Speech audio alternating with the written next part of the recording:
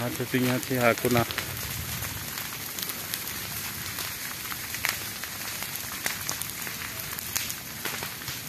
आएको बालिरहेछ स्याउला बोकेको छु मैले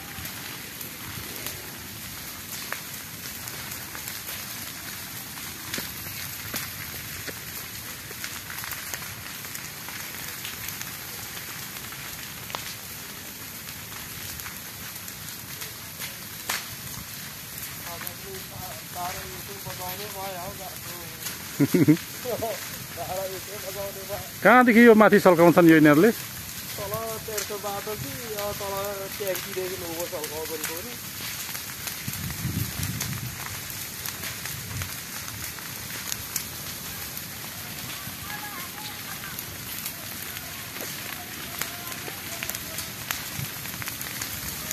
यो तलबाट आयो आगो अनि यो तरिकाले आएपछि अनि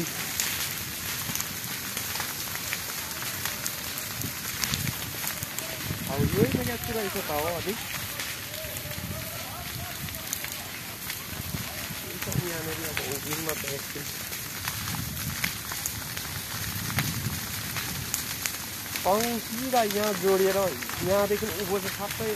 खाइसकेको हुनु पर्यो क्या अनि उँधो मात्रै बल्दै गर्दा अलिक छोडेर जानु आगो बलेपछि फेरि कहाँबाट हावा आइहाल्छ है काटो जसरी म मार्छु फुकेको छ नि बाटो बढाएर एकचोटि झम्मै पारेर आउन हौ कहाँ सकिन्छ अनुहार छेलेर जाउँ न यता खालि मार्दैछ नि एकछिन यता नरम हुँदैछ नि त म मारेर छोड्छु हेर्नु अहिले त्यो काटो भन्दा फेरि खतरा छ यही हो हेलो नमस्ते सबैजनालाई यो अलिक यो चाहिँ मारिहाल्छु म सञ्जालमा नहाल आगो नियन्त्रणको साह्रो धेरै नहाल केटा धेरै नहाल हर्कदै जिन्दाबाद ल मारेको छ मार्यो कार्यक्रम भइरहेको छ गाउँपालिका अब त्यो एउटा मारेर फर्केर एउटा मिलनको यता भइरहेको जानकारी गराउन चाहन्छु फेसबुकमा हालेर यता गयो भने त हामीले यो बचाउने अवस्था छैन यो माथि चाहिँ यस्तोबाट चाहिँ माथि लगाएको छ उज्यालो हुन्छ हैन र लिनु पनि हुँदैन यति भए भयो यता पनि काट्न सकिन्छ तर सकिन्छ पर चाहिँ दिवसानदेखि उरालो यसो त्यसो अब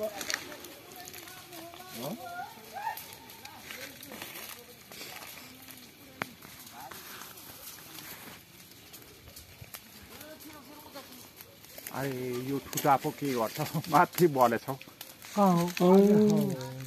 यसले बितायो टुप्पामा कसरी हौ फेरि टुप्पामा परेछ पर्नु नि त माथि त्यो उसमा के अरिङ्गाल हो त्यो अरिङ्गाल होइन नि उसमा हो त्यो चिलाउनेको टुप्पोमा त्यो मकेको छ कि त्यो टिप्नु अनि यहाँबाट चाहिँ कसरी टिप्यो त्यो अनि त्यो झुलाबाट टिप्छ सुकेको काठ सुकेको काठ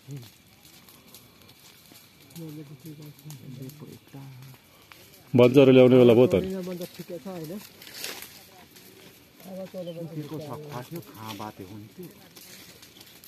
त्यता माथिसम्म कसरी सक्यो अनि सकिन्छ निकाल्छ अनि झिल्को त्यहाँ बस्छ अनि झिल्को बसेपछि अनि कति मेटरको आइरह्यो माथि टुप्पामा कसरी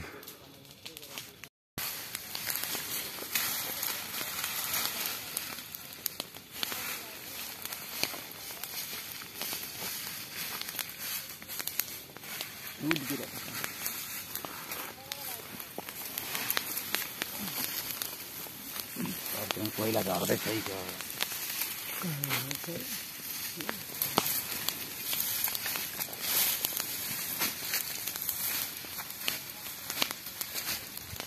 यो रुखले पो बितायो त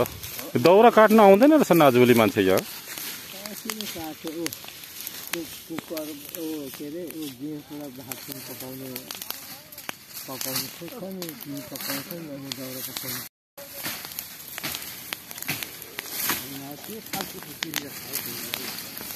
फाड्दा आगो त बढिसक्यो है छैन यसलाई नि गर्न सकिन्छ यो माथि टक्क लाग्यो भने पनि भ्याउँछ त्यसमा यो फुलमा तर निरो यो 100% हुन्छ शर्मा दाइसित अगाडि आउनेलाई मात्र नियन्त्रण गरौँ कि हो उहाँ आतिर्नुहुन्न त्यसका लागि चाहिँ अब यो प्रज्वलन भएको पत्तै भएन यो अग्निको भागी यतै दिनु पऱ्यो नि त्यसरी भन्दा पनि योलाई मौका ठ्याप्पै सेउलाले छोप्नुपर्छ हौ यो बोली सकोस् न एउटा दारे छ तँ अघि गयो यतै सर हो त गयो यतै सरिसक्यो नि उतादेखि पनि घेरिसक्यो उता सिङ्गापट्टि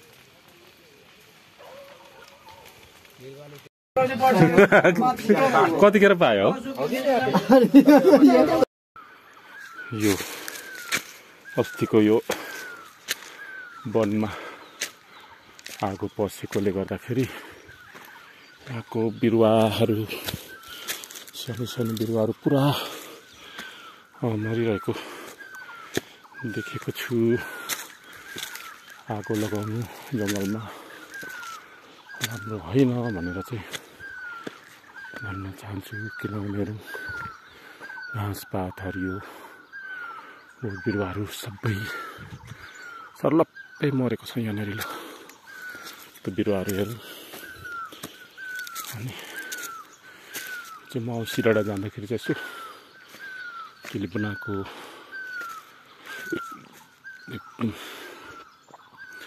सानो सानो बिरुवाहरू पुरा मरिरहेको छ यस्तै छ अब आगो लाउनु हुँदैन भनेर भनिन्छ अब त्यस्तै त हो नि अमेरिकामा त्यही चराले आगो लाग्यो भन्थ्यो चराले झाँस सबै जङ्गलमा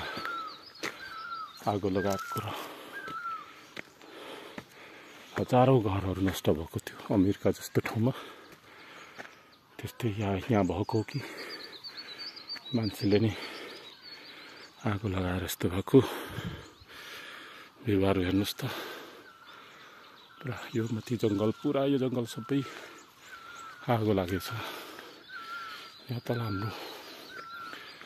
भालखप राम्ररी देखिँदैन रहेछ गङ्गाबहादुर गुरुङको घर छ यहाँ तल अब भर्खर त्यहाँ बसेर आएको